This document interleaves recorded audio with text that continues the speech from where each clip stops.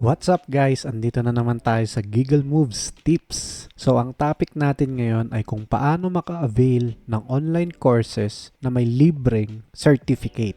O, 'di ba? So kung nakakakita kayo ng mga online courses for virtual assistant sa Facebook, parehas na parehas po siya dito. Ang pinagkakaiba lang po ay libre po itong online course at meron na din po siyang kasama na certificate. So ang mga certificate na yan ay pwede nyong i-present sa application nyo, pwede nyong idagdag sa portfolio nyo, pwede nyo ring ilagay sa resume nyo na natapos nyo ito, may natapos kayong course para mapatunayan yung meron kayong experience or sa kahit ano pa mang trabaho yan. So simulan na natin guys. Ito yung sinasabi natin ng website. So ito ang Udemy or udemy.com. So simulan natin sa pag-login. Kung wala kayong account, click nyo lang tong sign up. Ilagay lang yung full name, email, at password. And then, sign up. Ganun lang po kasimple. Hindi na po siya parang sa online jobs na marami pa tayong gagawin. Except na lang po kung humingi pa si Udemy ng email confirmation. Sa email confirmation naman, kung may na-receive lang kayo sa email nyo, i-click nyo lang yung link and makakalagin na po kayo sa Udemy.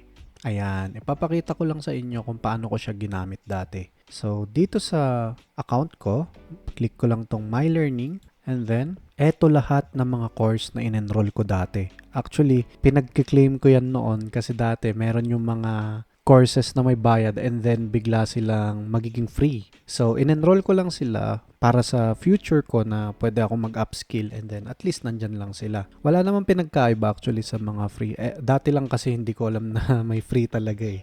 Anyways, andito yung mga natapos ko. Actually, isa lang. So, 100% complete. Natapos ko yan. And then dito, 11%, 67%, and so on. So, punta tayo dito sa aking natapos. Pagpasok nyo sa course, makikita nyo dito sa right-hand side yung parang table of contents nung course. So, section 1, introduction. Tapos, papanoorin nyo na lang yan. So, kunwari, ito yung introduction niya. Click lang natin yan. Kasi pagka natapos nyo yung 1-minute video na yan, magkakaroon na siya ng check. So, ibig sabihin, tapos na kayo doon and then, next na, section 2. So, andito na lahat ng mga course or lessons or topic na ituturo sa inyo. So, basically, pag natapos nyo yan, guys, magkakaroon kayo ng certificate. Meron naman yung mga ibang course na may quiz sila, may pa-quiz sila, ganun. Hindi naman exam, may pa-quiz lang at it doesn't matter if bumagsak kayo or mababa yung score nyo. Ang gusto lang naman ng mga course masters ay ma-refresh yung utak nyo kung talagang nakikinig ba kayo, o 'di ba? Pagtapos natin ng course, bababa lang tayo dito and then makikita natin tong Udemy certificate. So click lang natin 'yan and then 'di ba? Certificate of completion.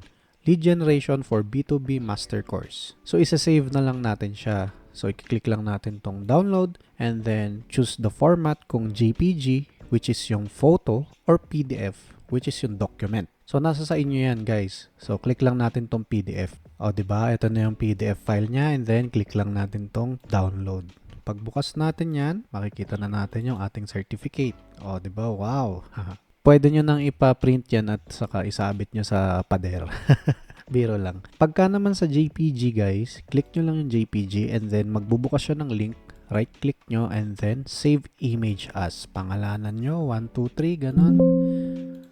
And then, open nyo, ayan, photo na siya. Pwede nyo nang isend sa messenger. Pwede nyo na isend sa nanay nyo. Diba? So, ganun lang siya kasimple guys. Moving forward, paano naman tayo makakahanap ng libreng course dito sa Udemy? Actually, kahit hindi para sa virtual assistant, kung ano lang yung gusto nyo matutunan or gusto nyo mag-upskill, meron lahat dito guys. Huwag kayong mag-alala. So, kunwari, focus lang muna tayo sa virtual assistant. So, ayan, click natin yan and then, lalabas dyan. O, diba? May bestseller, 599. Mura na yan guys. Bilhin nyo na.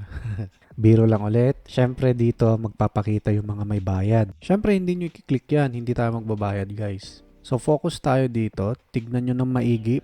Pababa tayo dyan and then makikita natin tong price. And then merong free dito na nakalagay. Dito sa left hand side. So click lang natin yung free. And then makikita nyo na lahat. Wala ng price. So yan. Free na lahat yan. Ang dami na dyan. How to become a virtual assistant.